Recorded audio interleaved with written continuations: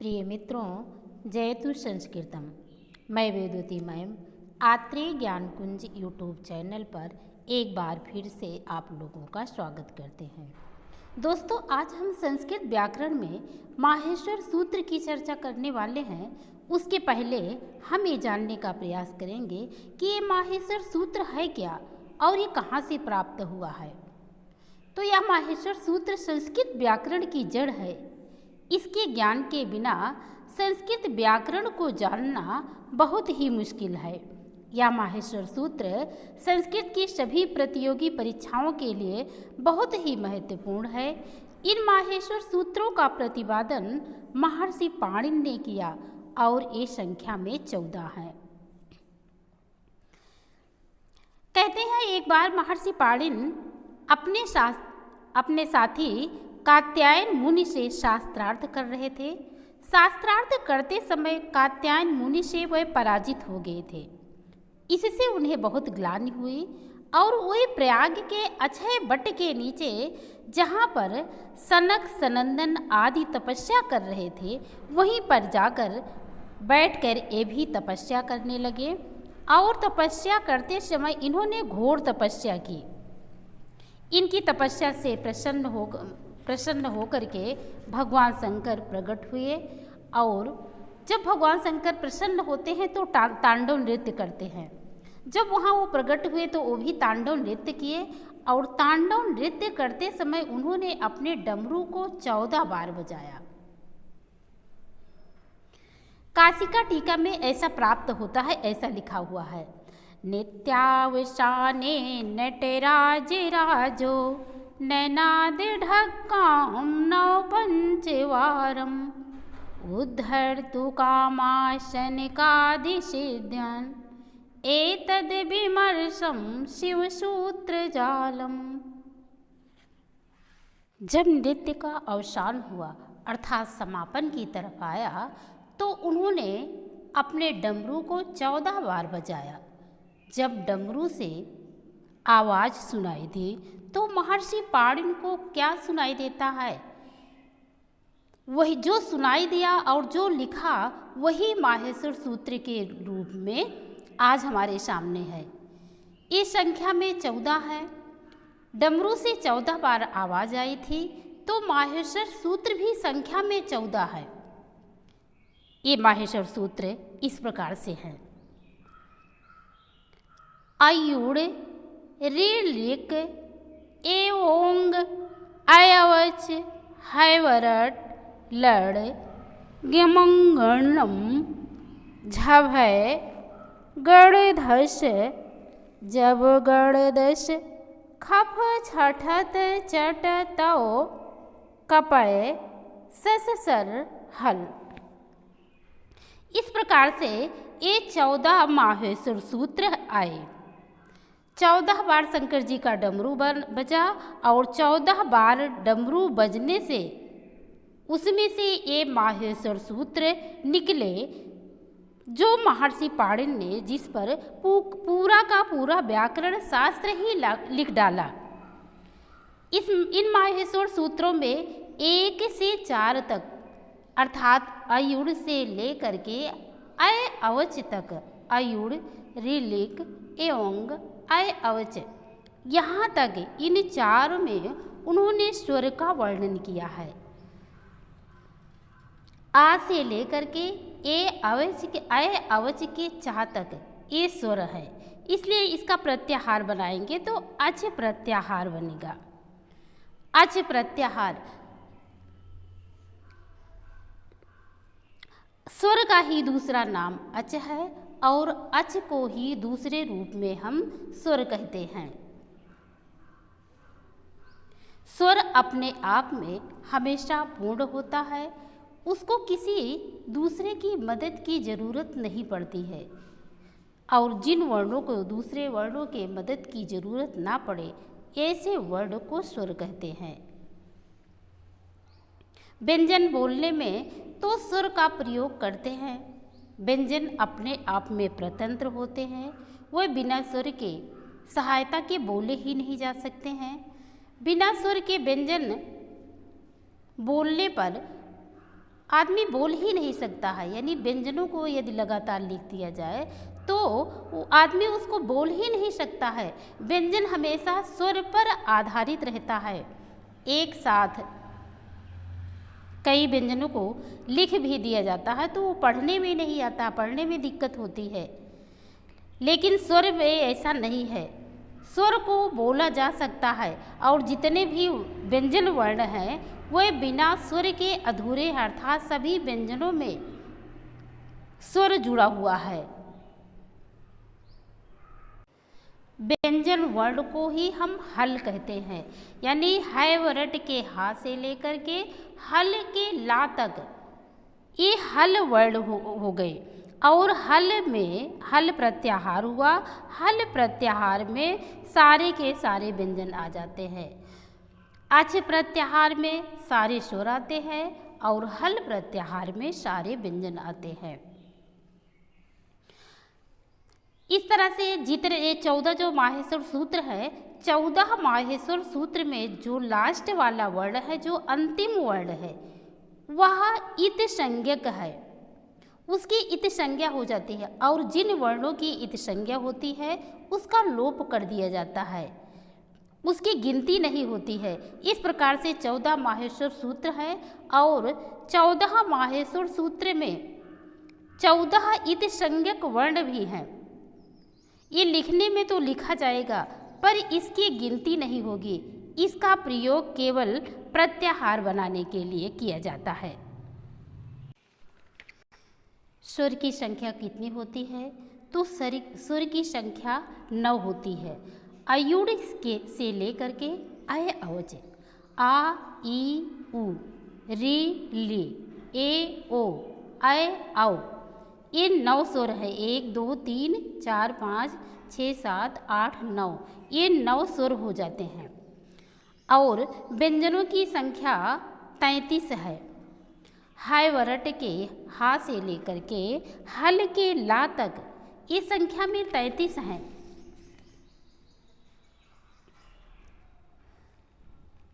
स्वरों के विषय में कहा गया है स्वयं राजन्ते इति स्वरा, जो स्वयं सुशोभित हो, स्वयं विराजमान हो, उसे स्वर कहते हैं।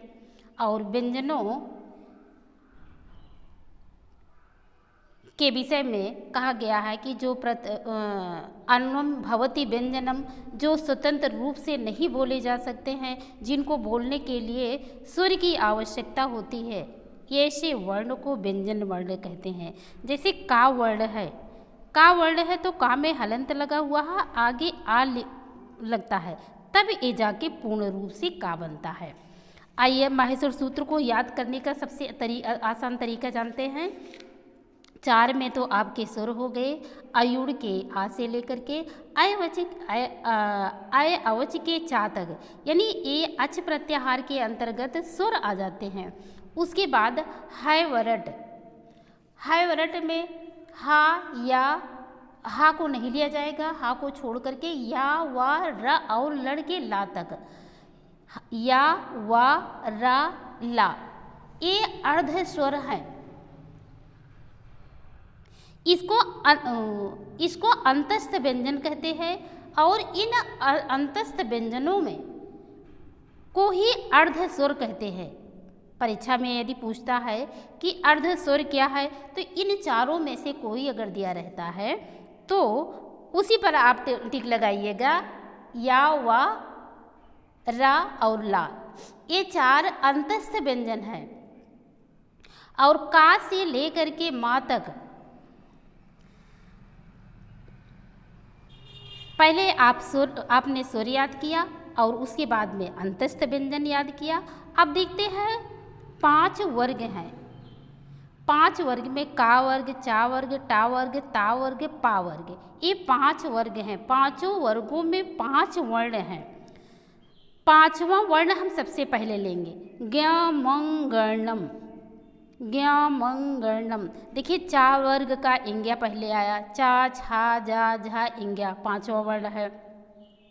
पा फा बा भा मा 5वां वर्ण है। का खा गा घ इंग्या 5वां वर्ण है। टा ठा डा ढा आड़ा 5वां वर्ण है। ता था दा धा ना 5वां वर्ण है। यानी पहले हम अंतस्थ व्यंजन याद करेंगे, उसके बाद हम पांचवा वर्ण याद करेंगे। 5 ये वर्ण हो गए। 5 के बाद फिर चौथा याद करेंगे। झा, चा, छा, जा, झा चौथा वर्ण है। पा, फा, बा, भा चौथा वर्ण है। का, खा, गा, घा चौथा वर्ण है। टा, ठा, डा, ढा चौथा वर्ण है। ता, था, दा, धा चौथा वर्ण है। पहले 5 याद किए, उसके बाद 4। अब उसके 4 के बाद तीसरा देखते हैं। चा, छा, जा तीसरा वर्ण आया, चा वर्ग का तीसरा। पा, फा, बा तीसरा वर्ण आया, पा वर्ग का। का, खा, गा तीसरा वर्ण का वर्ग का आया। टा, ठा, डा तीसरा वर्ग टा वर्ग का आया। ता, था, दा तीसरा वर्ग आया। लास्ट में देखो यहाँ पर सा को हम छोड़ देंगे, हलंत लगा हुआ है, सा को छोड़ देंगे, इसकी इत संज्ञा हो जाएगी, इसका लोप हो जाएगा, इसकी हम गिनती नहीं करेंगे। 4 हो गया, 3 हो गया। इसके बाद अब दूसरा वर्ण देखते हैं। खा, फा, छा, ठा, त, चा, ट, तौ। ये थोड़ा सा लंबा हो जाता है, इसमें दूसरे वर्ण भी है और कुछ पहला वर्ण भी आ जा रहा है। खा, का के बाद खा, ये का वर्ग का दूसरा है। पा के बाद फा, पा वर्ग का दूसरा है। चा के बाद छा दूसरा वर्ग है। टा के बाद ठा दूसरा वर्ण है। ता के बाद था दूसरा वर्ण है। यहाँ तक तो दूसरा हो गया। इसके बाद चा पहला वर्ग है, वर्ण है। टा पहला वर्ण है। ता पहला वर्ण है। ये पहला हो गया, यानी दूसरा और कुछ पहला इसमें आ जाता। उसके बाद कपय, कपय में का भी पहला वर्ण है, पा भी पहला वर्ण है। 5, 4, 3, 2, 1 इस तरह से याद करिए। 5, 4, 3, 2, 1 ये संख्या में 25 हैं और इनको अस्पर्श व्यंजन कहते हैं। व्यंजनों को हम 3 भागों में बांटते हैं। अंतस्थ व्यंजन है, अस्पर्श व्यंजन है, ऊष्म व्यंजन है। अंतस्थ में या, वा, रा, ला ये 4 आ जाते हैं।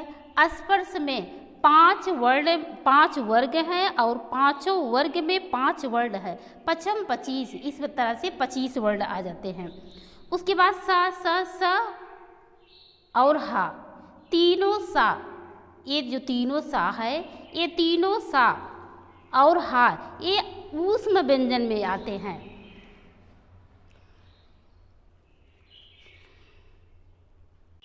ये संख्या में 4 हैं। अंतस्थ 4 हो गए, अस्पर्श 25 हो गए और ऊष्म 4 हो गए। इस तरह से 25 और 4 29 हो जा रहे हैं। 29 और 4 ये 33 व्यंजन हो गए।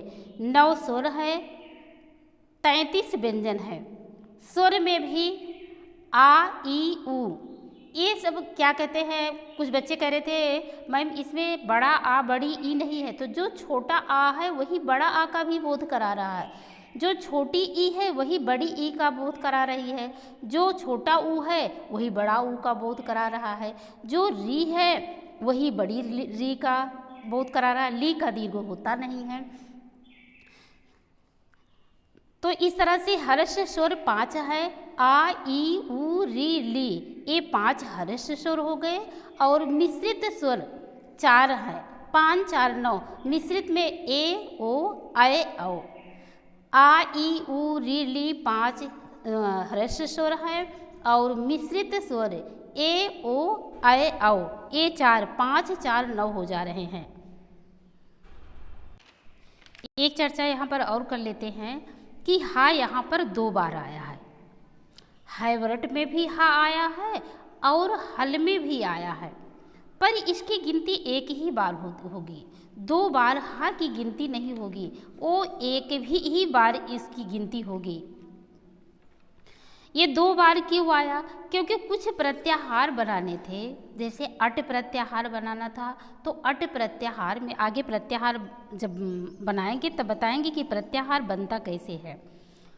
अट प्रत्याहार बनाना था तो अट प्रत्याहार में भी हा आना जरूरी था, और जो हल में हा आया है, यदि सल प्रत्याहार बनाना था तो सल प्रत्याहार में भी हा आना जरूरी था। इसलिए यहाँ पर हा का 2 बार प्रयोग किया गया है। और उसके बाद ड़ा इति संज्ञक वर्ण 2 बार आया है। आयुड़ में भी ड़ा आया है और लड़ में भी ड़ा आया है। ये ड़ा इत संज्ञक वर्ण 2 बार आया है। हा वर्ण भी इत संज्ञक का लोप हो जाता है, उसकी गिनती तो होनी नहीं है, लेकिन जो हा वर्ण आया है वो प्रत्याहार बनाने के लिए आया है। यदि ये 2 बार हा ना आता तो कुछ शब्द ऐसे थे कि जो गलत हो जाते, यानी प्रत्याहार न बन पाता। इसी कारण से पाणिनि ने हा का 2 बार प्रयोग किया है। कुछ बच्चे कल कह रहे थे कि जो ये लास्ट में इत संज्ञक वर्ण है इसका लोप ही करना था, तो पाणिनि ने इसे लिखा ही क्यों? तो लिखा ही इसलिए क्योंकि प्रत्याहार बनाना था। प्रत्याहार बनाने के लिए लास्ट का इत संज्ञक यानी अंतिम इत संज्ञक वर्ण रहता है और आदि स्वर कोई भी रहता है। चाहे जैसे मान लीजिए आयुड़ से हमको बनाना है तो आयुड़ का आ ले सकते हैं, यानी उस जो इत संज्ञक वर्ण है उसके पहले कोई भी वर्ण हम ले सकते हैं। ई भी ले सकते हैं, ऊ भी ले सकते हैं, री लिख में री भी ले सकते हैं। इसका मतलब ये नहीं कि री से शुरू हो रहा तो री ही लिया जाएगा, ली नहीं लिया जाएगा। री भी ले सकते हैं, ली भी ले सकते हैं। ए ओंग में ए भी ले सकते हैं, ओंग ओ भी ले सकते हैं। यानी जो इत संज्ञक वर्ण है उसके पहले कोई भी वर्ण आया है तो वही आदि वर्ण है। आदि वर्ण से लेकर के अंतिम इत संज्ञक वर्ण, इन 2 वर्णों से ही प्रत्याहार बनता है। अंतिम इत संज्ञक वर्ण लिया जाएगा और आदि वर्ण माने इत संज्ञक के पहले का कोई भी वर्ण ले लेंगे। इस तरह से प्रत्याहार बनता है।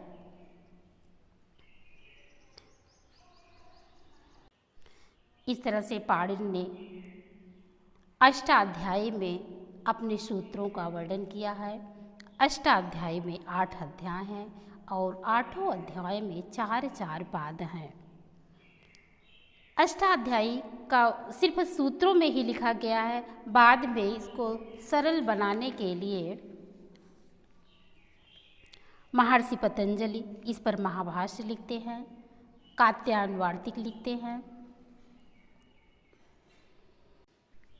और भट्टोजी दीक्षित इस पर वृत्ति लिखते हैं।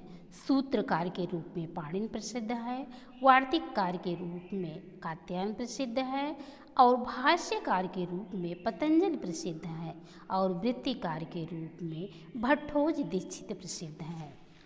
इस तरह से आपका ये माहेश्वर सूत्र था। माहेश्वर सूत्रों में पहले हम स्वर को एक बार फिर से बता देते हैं। पहले स्वर को याद करेंगे, उसके बाद अंतस्थ व्यंजन याद करेंगे। अंतस्थ व्यंजन को अर्ध स्वर कहते हैं।